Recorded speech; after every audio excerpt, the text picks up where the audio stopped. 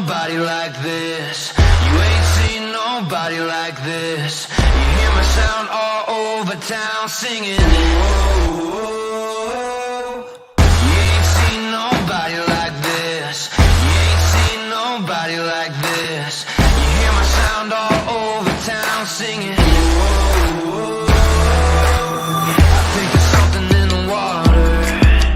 If you wanna take a sip, but be careful what you wish for. The faint of heart can't handle it.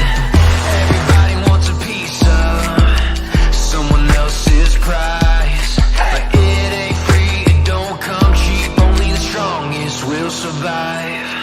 You ain't seen nobody like this. Good evening and welcome to San Antonio Fancast. Yay. Small steps here. Hold on, Harry. What? Started over. That was the wrong intro, dude. Was it? Yeah, you did the SA roundtable. The high school show. Oh, crap. It's a good start. You couldn't. Man, I'm going to get this right one of these days.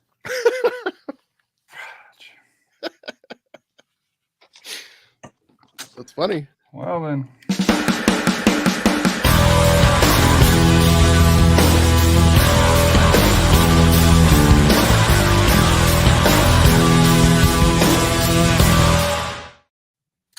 Okay, take two. Welcome to San Antonio Fancast, part of the San Antonio Soccer Roundtable Network. I am your below-average host, Harry. We call him like we see him.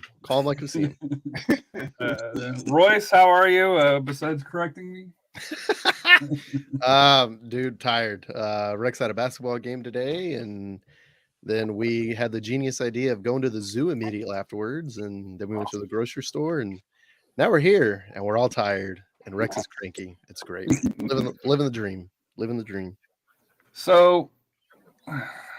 First of all, well, let me go through and welcome everybody. Rafa, welcome. How are you? How was your trip up north to the far north to Austin? The land of the frozen. To the frozen tundras of Cedar Park, Texas. Frozen Park. Land of the fallen trees. But seriously, hope everybody's safe. I know some people were. I think I saw 80 hours without electricity. We did that a couple of years ago. No fun. So hopefully everybody's safe and able to go through there. But glad you were able to make it up there safely for that here. Robert, the Kirk Cousins of the show. How are you doing? I'm doing absolutely well. And I want to comment that that do-over for the intro, imagine if the Broncos had that for the Russell Wilson trade. I'm just saying they can use a do-over if it was that easy. But I'm good though. Well, this is a soccer show, not our section 114, so we won't go into that here. I'm sure the Vikings want a do-over on their playoff run as well. So something that you guys may be aware of, not aware of here, but we are now on Facebook under the San Antonio Soccer Roundtable and San Antonio SAFC Fancast page. We're on Twitter on both the SAFC Fancast and SA Soccer Roundtable. We're on the SA Soccer YouTube channel here. And we're also on, the SA Soccer Roundtable Twitch channel. So if you're joining us from Twitch, thank you for joining in for that here. Like I said, I think this is the first time we're able to dust off the Twitch handle here. So exciting news for season 6, I think is what we're in now for that here. So camp's open, guys. Camp equals cold, as always here. So we'll start with you, Royce. I know you've got some news that you were able to gather from Mr. Jonathan Check and just other followings that you and the boys have caught. Yeah. Let's see. So preseason camp is opened. The weather cold. All of the pretty much all the South American based players and some of the Caribbean players were all wearing big puffy jackets to train. It was pretty funny. And the only one that really wasn't in anything out of the ordinary was Connor Maloney, who was in his element in the very Pittsburgh weather that came down here. So, yeah, that sounds about right. And even if it was hot, even if it was 0 degrees outside, I still expect Connor Maloney to be the typical Iron Man that he is. And it's amazing that we went kind of from Greg Cochran to Maloney to an incredible Ironman of San Antonio FC. It's great to have them and to be able to say that they played for a team for sure. As far as backup goalkeeper, that's been a question for this offseason. Obviously, Farzin, but we've been wondering, are they going to go out and get a proven backup goalkeeper? Well, we can say for sure that in camp, Jude Bosshard, academy goalkeeper, is in camp, as well as Carlos Mercado. He's also in camp, so it kind of seems like they may be battling for a backup spot. So we'll see what comes of that. We also have an update on PC. He is working out with the team, but he kind of has like a non-contact jersey on. He's still recovering from his what do we want to call it, rib/spleen injury. So he's still in the rehab process of that, but he should be back in 4 to 6 weeks. So that's not too big of a concern for the season. And PC is definitely one of those guys that you don't mind if he misses some of the beginning of the season, just so later in the season he has a bit more in the tank. We also You say that, but according to Jonathan Check in a tweet that he put out, he said it's about originally said 4 to 6 weeks, and then he kind of brought it down to 4 weeks. So that would put probably beginning of April before he returns to full training. So I guess the question for you, Robert and Rafa, would be hold on. Beginning of April. It's the beginning of February. 4 to 6 weeks is March. Yeah. He won't miss anything. He may not, but they may slow play it with him, and they may kind of just wait and just take their time and let him come in later. But let's stop there. I have a couple more news bits, but Rafa, how do you feel about the Mercado versus Bosshart competition in camp, as well as PC's recovery? I mean, I don't know the reason why Mercado wasn't back last year. I mean, and then to bring him back this year. I mean, that's good for him because I think he's a decent backup, but I was thinking they were going to go more towards the experience direction. But since he is familiar with the system and some of the majority of the players, like I said, I don't mind that. I don't know if they tried to maybe assign Grant, and Grant maybe wanted to go somewhere else to start, and so it's the opportunity either Jude or Mercado. So I want to be surprised if they bring in maybe a third to see, to give them maybe with more experience, because that's what happened last year. We had three number ones in camp, so I want to be surprised that. And as far as with PC, I kind of had a feeling that with that injury, it was going to take him some time, and there really is no rush for him. I know we want to get him into the season, but he's got to get in game shape. It's going to take a while. Then who knows? He may be a little hesitant, maybe running especially with those ribs. Maybe they'll put on some of the, how the quarterbacks in the NFL wear that little padding around there, which I wouldn't be surprised, but I don't know if that'll even maybe slow him down from it. But I'm glad he'll be ready to go because it's not prolonging, the season like some of the other injuries we've had. Like it took about maybe 2 months to get in. So it'll be hopefully we'll get it by April. Yeah, football calls the attachment that goes below the pads either a flak jacket or a rib protector. In baseball, when we knew that we were going up against a pitcher that was either wild, number one, could throw hard, was wild, and liked to dominate the inside of the plate, and you were probably going to get hit, we would wear like a wetsuit top. Just that spandex would help. And I don't think running around with the rib injury is going to be too much. I think as physical as PC is, he can't have anybody come run into him, elbow him in the ribs, because he will be affected by that. And like I said, how physical PC is, it's going to happen. So he definitely we want to make sure he's 100% before he gets here. I think the one concern I have is not so much the ribs, more of the spleen. Right. Because of the surgery for that. I'm concerned with that. Because you don't want to get him to get some internal injury and bleeding and stuff. Ribs heal, but spleen's a whole different story. Yeah, for sure.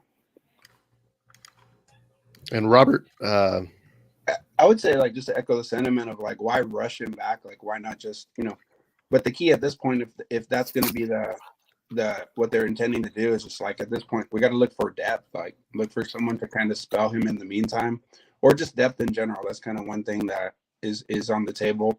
And just to piggyback off that, heading into the goalkeeping position, the one thing with Jude, if I'm not mistaken, he got a knee injury at some point last year to kind of put him out. And then Mercado, I always saw things that made me think that he could be that backup that we need.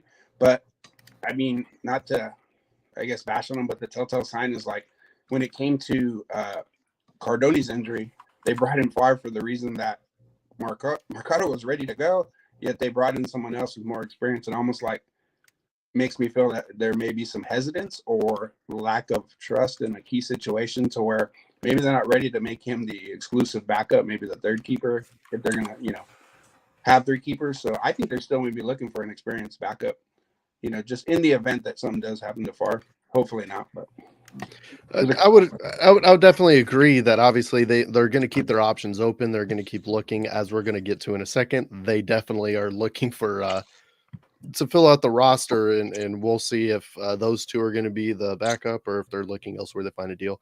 I don't think it's any slight against Mercado, the 2021 playoff run, that they emergency signed Jordan Farr. I think Farr was just available, and I think San Antonio probably just put a feeler out to League One and the championship to all the teams, and we're like, do you have a keeper we can sign? Do you have a keeper we can sign? What's the cost? And I think they just made it work with Farr, with Indy kind of wanting to move on. Dumb decision, by the way. Awful decision by Indy 11. So we'll see. We'll see what happens when they come here later in the season. But thank you, Indy 11. Jordan Farr is wonderful. I think it's a great decision. Yeah, fair. Why has Indy 11 made any good decisions? Well, they now have the 2018-2019 USL All-Star team, so we'll see how that goes for them. Chelsea did the same thing, and look at them. They're rising last year. Drawing with Fulham. So moving on with preseason news, we did see that Big Sam is in camp for St. Louis City FC for their MLS team, and he scored in their previous preseason match, which is exciting. And we're definitely going to follow him just to have news on him, because I mean he's our guy last season. At the same rate, it's MLS. I don't support the league, so I'm not going to pay that much attention. But at the same time, it's Big Sam. We got to pay attention. So yeah. So we'll get past it. We'll get past it for you, Sam. And speaking of players from last season, kind of the big news that came up, Harry, if you want to prompt it up. Pirano's back. Look at that. El Crack. I won't lie. El Crack kind of, I was like, what?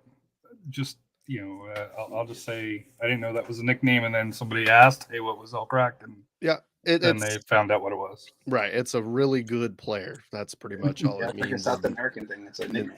It's very much a South American thing for sure. But yeah, let's relive this fun. Whoop. Let's do the Chris Bergman. Whoop. Yeah. Just unbelievable. And Both I know the Louisville fans love that. It's the best. It's the creativity. Patino finishes it up. Somebody tweeted with this video, and it went viral. And it was what did it say? I don't watch second division or lower tier, lower league Yeah. soccer because there's no talent, and then shows this video and oh my goodness, this is just ridiculous. Oh my Yeah, that's that. I remember I was sitting in the bunker when that happened, and I was like, did I just see what I think I just saw?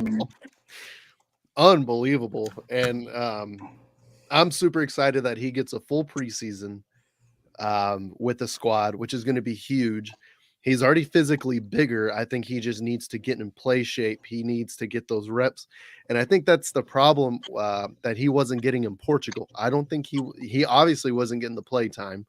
No, I looked at his numbers, and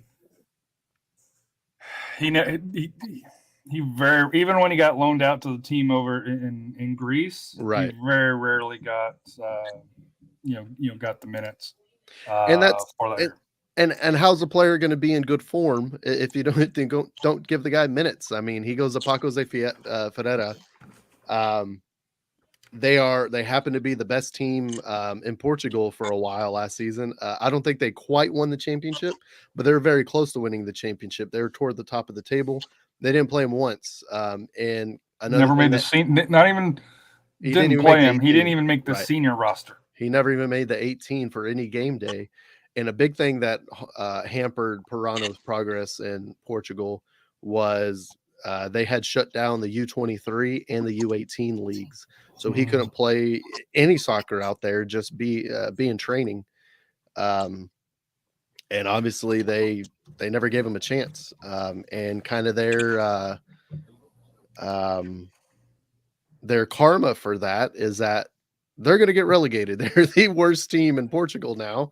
And they are trying to offload any contract they possibly can. So they obviously offloaded Pirano's, and from what has been reported, he is no longer contracted with Paco Ferreira in Portugal, and he is a San Antonio. He was a free agent once again.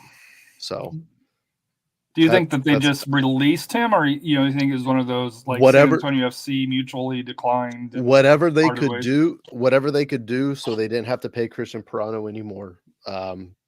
I don't know. Probably bought out his contract. It was either buying out the contract, or whatever they wrote into his clause, into his contract. You never know. It might be a non-guaranteed contract like the NFL, but whatever they could do so they didn't have to pay him anymore. That's it, because they are trying to offload everybody, and it is a sinking ship over there right now. So yeah, and word on Jose is they're getting ready to kick off the second half of the season, and by it'll be interesting to see where he fits into, because there's a new coach, and so far he has not been starting during their friendlies that I've seen. And I don't know if that's by design or just. And there was the new coach came in, and during the January window, there's a massive sell-off of players, and there was a massive signing of players. So they got rid of like it seemed like every day they were getting rid of a player and signing a player. And I think they signed about 7 players, and they got rid of about 8. Hopefully they signed a goalkeeper, because that was their weakness. Right. By they, we mean Sunayusuke. Yes. Their weakness, honestly, is their back line. Their back line's horrendous. And goalkeeping. The goalie sucks. The goalie sucks. I mean, yeah, there's no ifs, ands, or buts around that. Pretty poor. A lot of goals right through the hands. Plenty of them. But what I will say is Jose is one of the younger guys on the team. They signed a lot of veterans. They're really trying to make a big splash because they obviously want to get back up to the top league there in the second division. And Jose, so in the last preseason match that they played, because they're coming back from their winter break, he came on in the second half. The first half was a bunch of veterans. The game was tied 1-1 at the half. They brought in they did a whole line change. Obviously, the new coach is trying to see the players, see what's going on. The Twitter account for Sunayusuke, FE Foldbold, something. I don't speak Danish, man. they tweeted a couple times about Jose making really good plays and getting shots off and just missing. So he's creating, he's doing what he needs to do, but the defense that came on with them is horrendous because they gave up 4 goals in the second half and they lost 5-1 against Randers, which I think is a Swedish team. But Jose is still turning heads. He's showing that he belongs there for sure. He just has a little way to go to prove to his coach what he can do. And we all know what Jose can do. And I have no doubt in my mind that he will secure a starting spot a little later this season. And I think Sunayusuke is going to get back up to the first division. So speaking of that, with player movement, Pirano coming in, and there's already been some discussion online because they play their first preseason match a couple weeks from now. But it's time to mess around with the tactical board and with the whiteboard or whatever you want to call it here. I think the back four, we're with Jordan Farr in the back 3, Tanner, Garcia, Manley. I think that's set pending a big addition coming in, which I wouldn't rule it out. But as of yet, that's what we got. But the midfield, and I kind of put this more defensive midfield, and then more defensive midfield, and then more of the attackers up top here, with the exception of one Carlos Azúcar, who I think could probably play on either side, either up top or back. So, how do we want to kind of set this up as far as who do you think is starting as far as in the preferred lineup for 2023? It's a 3-5-2. That's where we're going to play. Still? Yeah, I think your 2 holy mids with PC out still. It's going to be Abu and Maloney. Those are your 2 holy mids, and then Pirano's going to be your attacking mid. Like that. Mm-hmm. And then on the wings, you got Gomez and Juan Carlos. Yes. We'll switch sides for Azócar, and there you go. Shannon's on the right, Azócar on the left. Yep. And then Nacho and Dylan up top. I think Dylan's one. Do you think Nacho is? Yeah. Yes. Nacho's the center for Hansen. Nacho's the center forward, and Dylan's going to be off to the edge, and he's going to be in that pressing. It's obviously going to depend on the teams we're going to play. This the first match we're going to have is going to be against Oakland Roots. Oakland is most likely going to be a bunker back and counter, so we're definitely going to need some players that can break down. And some players that can press off the ball, so we can counter press. What I think we're going to roll in, a 3-4-3. Pirano is most likely going to start. He's going to be up a little bit. So kind of like this, or you have Bologna Nacho in the middle, right? So this will be the interesting thing that we get to find out is who is going to win, because there is a competition. And competition's good in the team. There's going to be a competition for who is the first center forward. Is it going to be Nacho that wins it out of camp, or is it going to be Kamarni Smith? Because those are the 2 center forwards that are battling for that spot. Dylan to a point, but I think Dylan is a lot more valuable out wide.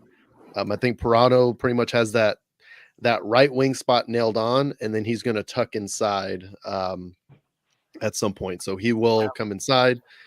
You'll have Shannon out wide, and you'll have Carter helping out Shannon out wide as well.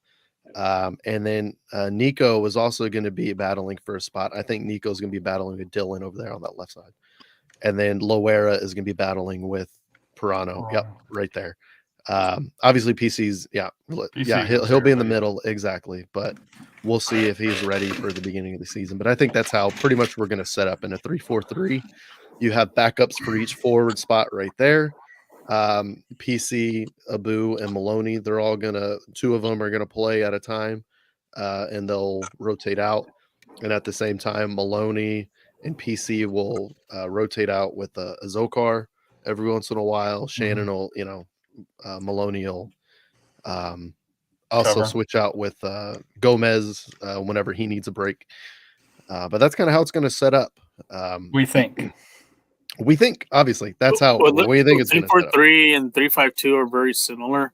They can disguise. You can disguise a 3-4-3 with a 3-5-2, like if you can bring Perron on the wing or through the middle.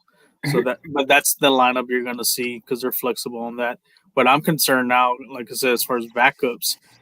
Now you're going to need some. You're going to have to sign a couple wingers and a couple of and maybe one or two defenders. And possibly another central mid, and another forward. Like I said, just to add some depth to this team, just in case for the injuries like we had last year. I think the biggest point of concern that we need depth in, like I said, we have Maloney that can cover for both wings. I'm pretty sure both of the outside wing backs that we have, they could cover for each other and they can switch sides all they want to. So we have that luxury. Where I really think we need some backup is the back line. We only have 3 players there, and those are the starters. We need some backup depth back there. We also did hear, and I'm interested to see if it happens. Sebastian Velasquez, who's been trying to play in Israel, obviously he's probably making more money over there. He's having a lot of difficulty over there. Apparently, his team didn't even sign him up for a his visa. They never got him his visa. Right. They never signed him up for a work visa. So he can never play. Yeah. And it sounds like he's back in Texas, and he needs a team to go to. And he's been with El Paso for the last couple seasons on and off. So I think that would be over there. Exactly. But I think that would be a good signing. Just to get along with the forward group. Velasquez is a top player in USL. At the same time, there's Jerome Kiesewetter, was in the Bundesliga a few years ago. He's been playing for El Paso and for New Mexico United. He's a free agent as well. So there's some winger depth out there to sign. We'll see. We'll see where San Antonio FC goes with that. Or Jordy DeLim, if you're listening, please decide that you want to continue to play soccer because we need you. Nicky Hernandez too. Yeah, Nicky's still out there. That was those two. Nicky's the one that surprised me. There's been no discussion about him at all. That was the big spoiler alert. We're gonna go into the SAFC rumor mill, but yeah, I haven't heard anything about Nicky Hernandez at all. I have one question here for you. So 2021. We were more wing driven, right? As far as where we tack down the wing and then cross it in. To me, I felt like we were more wing driven. We didn't have the big bodies up top. Or like last year with Sam, with Patino, even with Dylan and Collier, we had big bodies up top. This year's team, and like I said, I haven't seen Nico, I haven't seen Camarni to really know what their size and body build is. To me, it almost seems like we're going away. I know it's still early. Well, it's somewhat early. The only big body forward we have right now is Dylan, right? As far as Nacho. Big body. Nacho. Well, here's a big question for you. What do you consider a big body forward? Would you consider somebody my height, 6'1", to be a big body forward? Kind of built like Frank the Tank was, built like Patino, built like 6'2", 6'3". No. Well, but there's that slender frame, and then there's the frame that can take the beating, that can back it up. Does that make sense? Like Dylan. Dylan and Nacho's what you're describing, like, because Collier wasn't that guy. Nacho's not not a big guy. But Nacho has the speed.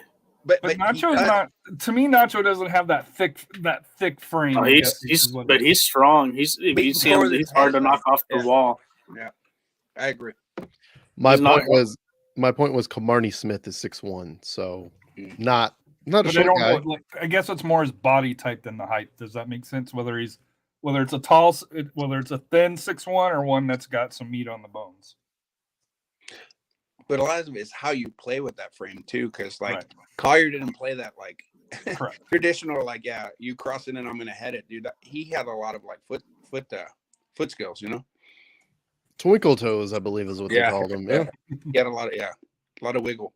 That to me is the that to me is kind of the interesting Well, here's build for that here. Here's a little twist. Hold on real quick. So Camardi Smith is 6'1". Santiago Patino, anybody want to guess his height?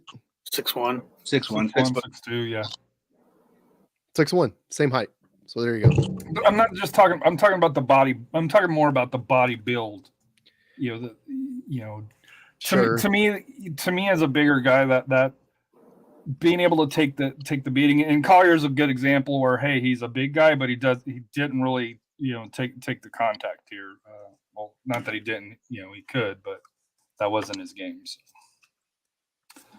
And as I mentioned here, I do think Coach Marcino will have some things changed up as well, just from what worked in 2022. He's going to want to put some new film out for 2023. So did we already cover all the rumor mill, or did we want to finish that up? One more, as we're speaking of Santiago Patino, we did see a rumor that he is out of San Jose Earthquakes preseason camp for whatever reason. This is a rumor from a news outlet overseas that has a pretty good following, and I guess a decent just because you have a big following doesn't mean you have a great reputation, but at the same time, we'll take their word for it. But Patino is out of San Jose Earthquakes preseason camp, but he is getting he's drawing a lot of interest from Brazilian teams as well as Turkish teams. And obviously he has a lot of interest here in the USL as well as MLS. So kind of life's his oyster right now. So he gets to decide where he wants to go, if he wants to challenge himself abroad. If he wants to go closer to home, i.e. Colombia, he can go Colombia, excuse me. He can go to Brazil. We heard Internacional, which was Ronaldinho's team, Pato's team. Santos. Thank you, Santos. Pele. I couldn't think of the dang thing. Yeah, Santos, which is Pele's team, is apparently drawing interest. Chapecoense, which is the let's not go through that. Chapecoense, another Brazilian team, they're showing interest, as well as a couple teams that I can't pronounce in Turkey. So don't make me try, please. It's not Beşiktaş or Galatasaray. That one I would have covered, but yeah, the others. I'm concerned about the Brazilian teams because remember when Nathan, he went back to his team and they had like 8 forwards on their squad. Yeah, they get buried in the depth chart. Yeah. And I wonder if they'll bury him in the depth because Santos is probably loaded, and so is International. They're probably loaded too. I maybe the better chances with Chapo, or because I think they're not as built as like those 2 other big Brazilian club teams. And then they're also the ones in Turkey, but hopefully maybe he'll come back to us. I was going to say the 2-0 is his best spot. Because even though those USL teams that offered him more money, maybe they already spent that money.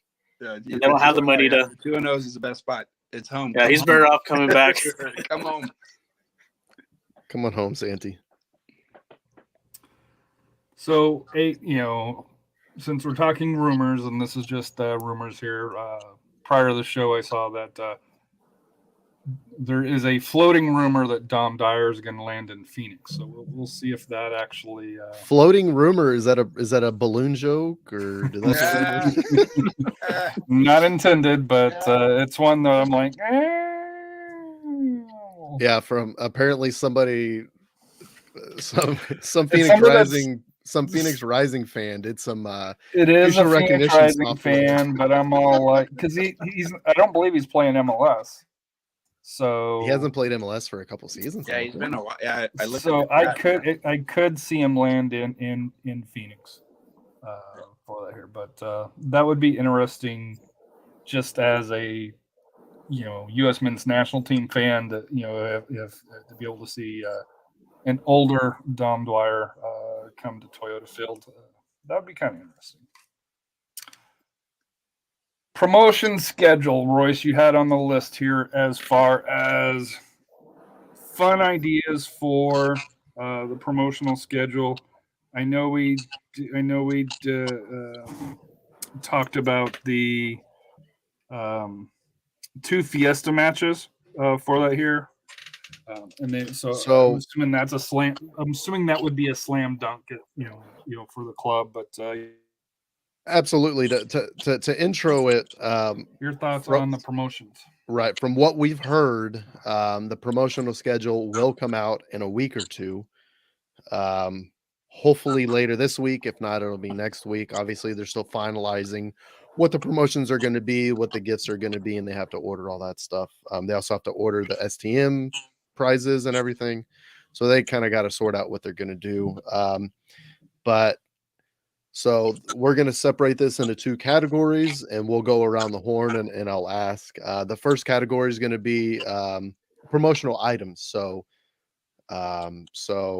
let's not go with season ticket stuff. Let's just go with kind of what the general fan is going to get as far as promotional items, like first 5,000 fans get this.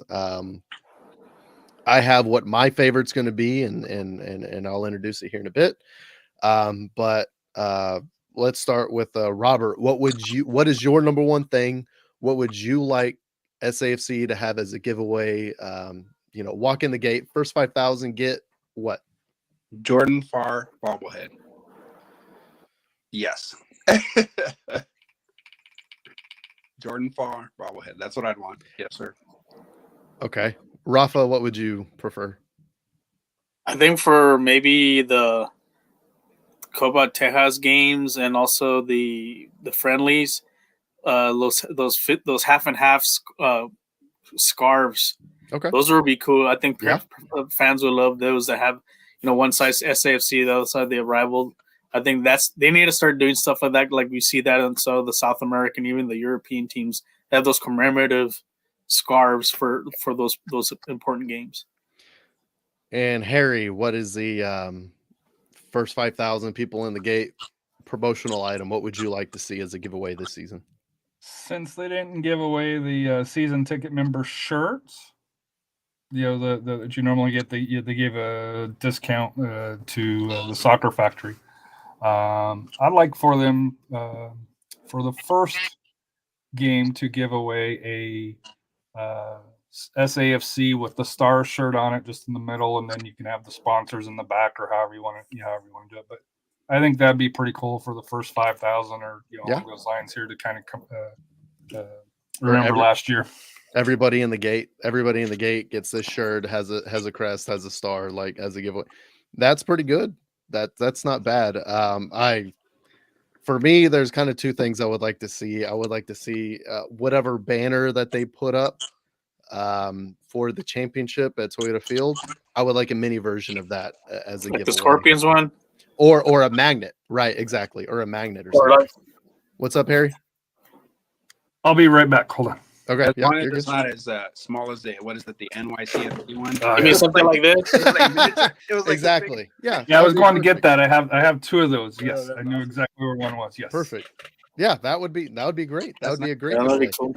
I would like to see that, but that's kind of my second choice. My number one choice, obviously, I would love a bobblehead series. Bring back the bobbleheads. This Rafa one, I put this on top of my Christmas tree for as long as it'll stay there before my wife complains about it and have to put the actual star up. This goes on top of my Christmas tree every year. Still the best giveaway they've ever done. They need to bring it back for sure. Do one a season or something. How long has it been since they wore this away jersey? I mean, that's the opening year. To the Toronto one. It's the second one. That is not the opening year. The opening year was just a plain white T-shirt. It was a white T-shirt with a red Toyota and the badge. This is the second season. This is the second. Yeah, with the gray. So yeah, with the gray sleeves. That was the second year season. That's the only jersey that Ben Hester, noted fan, noted Jordan Farr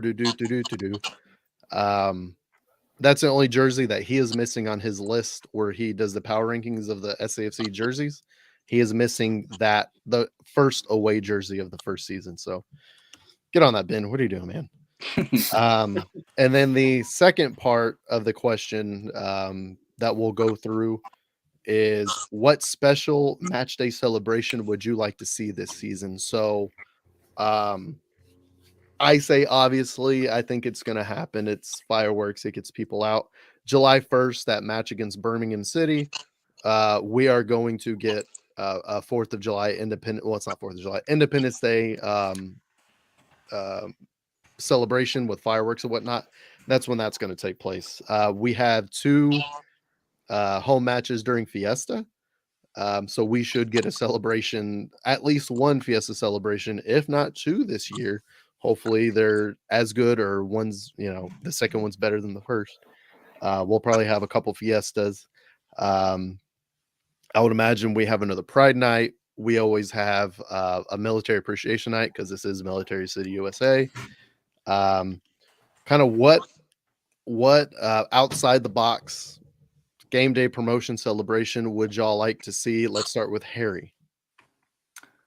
What was that one more time? So this is let's go to Robert, and then we'll go back to Harry. I guess I have a couple that come to mind. Some kind of like college theme night where they get all the college universities, like some kind of where they bust them in, bring them in, make them. I mean, that's how you build the fandom, is continue to get like younger generation like involved in it and excited, and then some of that nature kind of piques my interest as far as generating like I guess future fandom. That would be interesting to do a college rivalry night, and then to have the college students in 2 different sections of the stadium and see who gets louder and have them kind of do a competition there while there's a rivalry on the field. So like a Copa Tejas night.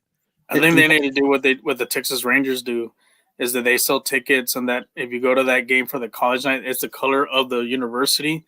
So if you have like a promo, like the jersey, but in the UTSA color night, then you have Trinity, then you have St. Mary's, you have Tamusa, and then the Alamo colleges. I know the Rangers kind of spread them out, so that's probably the best way to do it, is have a special color T-shirt with the SAFC logos, but in the university's jersey, colors for that. I think that's probably the best way to do it, because they would have to probably contact, in order to bring students, they probably have to dish out some free tickets and give them out to the director of student life. So that would be a lot of red tape for that. It sounds perfect for a Wednesday night though. Like when attendance is down, pump attendance that way. I'm saying do it in August when college when classes start. I don't think that'd be a bad thing. Rafa, what would you like to see? I would probably they should do maybe a season ticket appreciation night. And I know the Spurs kind of do something like that. They appreciate all the season ticket holders. I think they need to do one for your season, same thing with SAFC. I know other teams do it. I don't see why not. They can give like a, like I said, maybe they should finally give Harry the nice gold diamond pin. we can all get the nice diamond pin, something like that for at least, or also recognizing, some people that have been season ticket holders for a long time, like give them like, hey, if you've been a season ticket for more than 5 years, get a 5-year pin or a 10-year pin or something like that. I think that's what they need to do for a season ticket appreciation night. That's what they really need.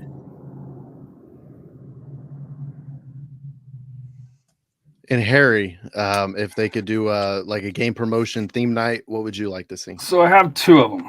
One, because I think the Scorpions started 10 years ago this year, 2013.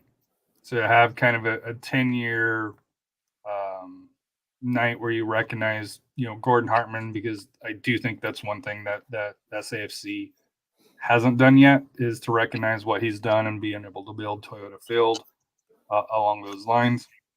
Number 2, have kind of a high school night, maybe during the day, have a boys match, a girls match at Toyota Field, because I have seen them played there.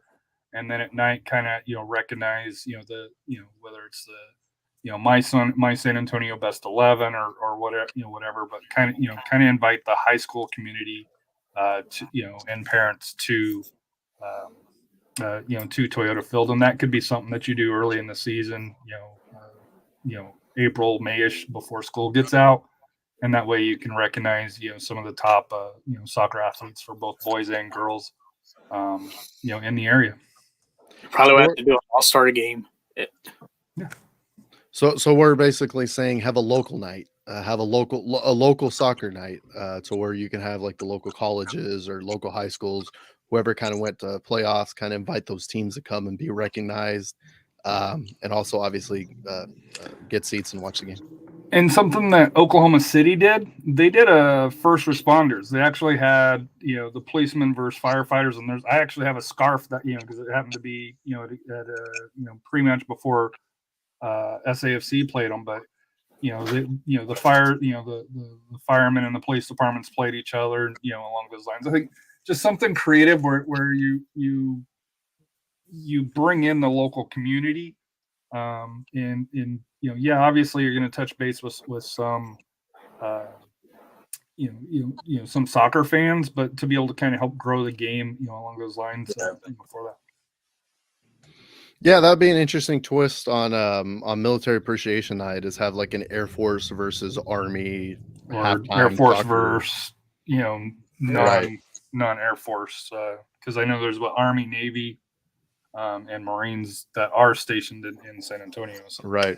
There's Space Force as well, and I'd imagine there's Coast Guard not too far from here. So I'm obviously Corpus and in Houston for the Coast Guard, but I mean, could do that, and it would be Air Force versus everybody else because Air Force is going to win. So we already know that.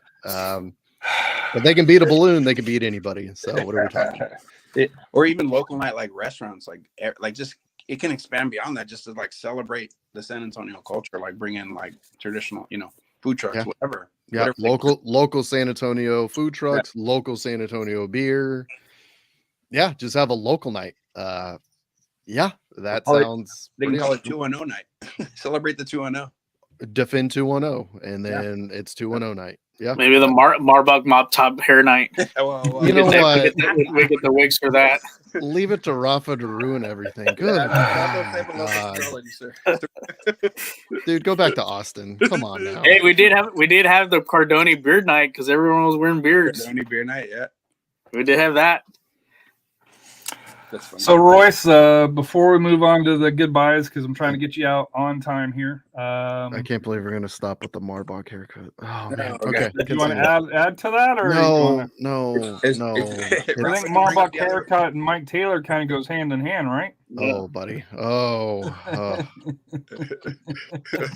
Come on. Anyway, that's a pretty good transition. That's. You guys are killing me today. So, kind of before we wrap things up, this is something that I have volunteered for the last 3 years. It's a charity barbecue. It's a barbecue cook-off. It's a barbecue competition plus a barbecue plate sale, separate from the event. And it is Mike Taylor's event. It's his face on the event. But a group of us, just kind of fans of a show and just in general, just charitable people, will put it on. And it is at the Salvation Army Boys and Girls Club off Peacock Road. And all the proceeds go to the Boys and Girls Clubs to help them. I know we paid for a series of field trips during the summer, so the kids got to have a lot of real neat opportunities and some science arenas, which is great for them. We've also paid for a bunch of equipment. They just got a new gym floor, which part of the proceeds we paid for. They got new cafeteria tables. So it's all for the kids, and that's really where all this money goes to.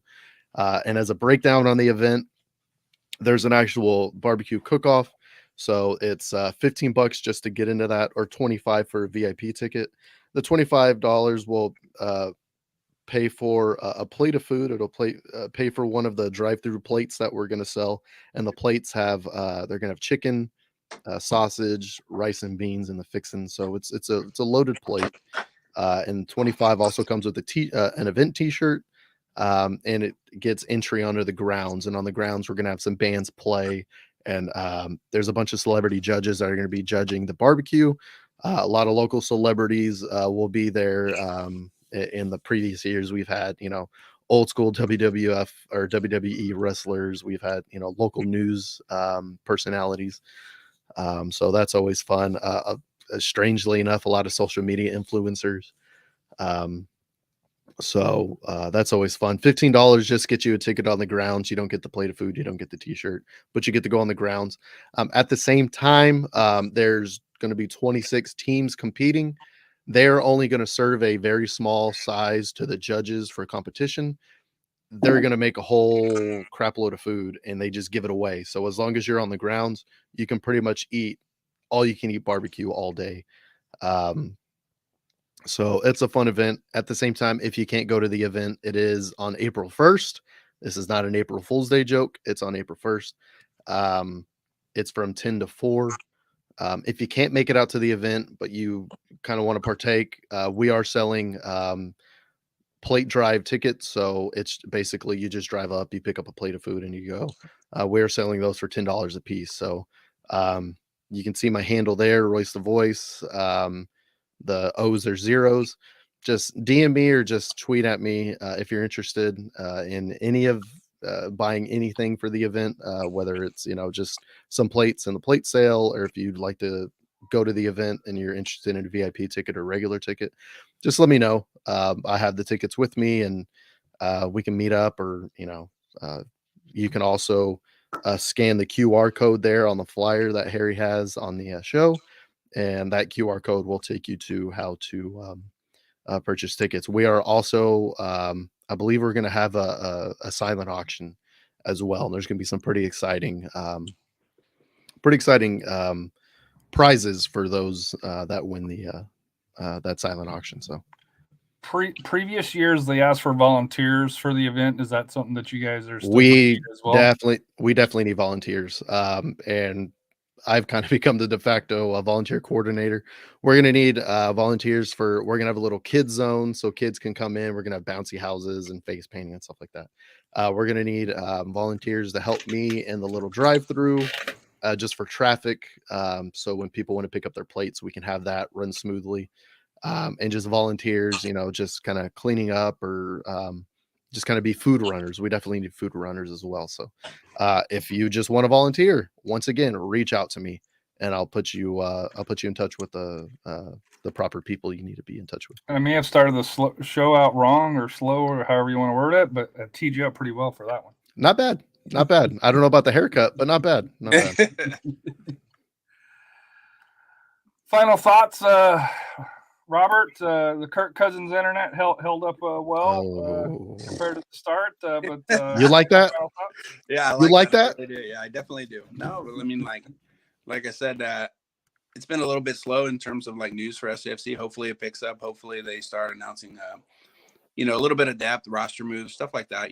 Just to kind of get the juices flowing again. And I'm looking forward to the night when we're allowed to go there I believe on the 20th when season ticket holders can go watch the practice. So. That's about all I got for now. Rafa? I was looking for, like Robert said, more player signings to fill out those rosters, and looking for that first scrimmage to see how we look.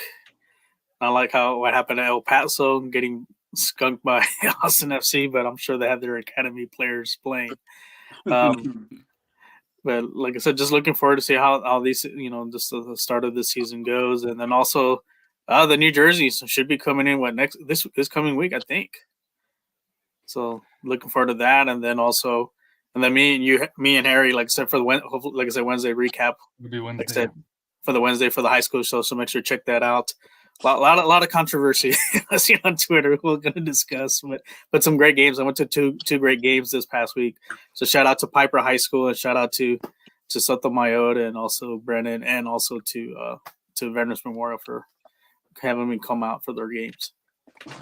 So one thing that I wanted to touch off before we'll let Royce finish up here. April 1st, SAFC plays at Monterey Bay. Now, we don't have the exact time frame, but unlike last year where Royce did the barbecue cook-off and then went to a San Antonio FC match for that here. So like I said here, it's not looking like SAFC, if they're playing in California, most likely that'll be a late game for that here where, it's kicking off probably 8, 9 o'clock our time. So if it is 10 to 4, you'll still be able to go volunteer or participate in the event and still have enough time to get home for the San Antonio FC match and rest up a little bit. Royce, your final thoughts before we get it out, and we're well under an hour, unless you take 5 minutes. Bring back a bobblehead series. Let's go. That's all I got. All right. What's Life Without Goals? We're out of here. Thank you for everybody tuning in. We'll hopefully advertise a little bit more on Twitch, YouTube, Facebook, on both accounts, and Twitter going forward here. And I'll get the correct stream started here. But what's Life Without Goals? We're out of here. See ya.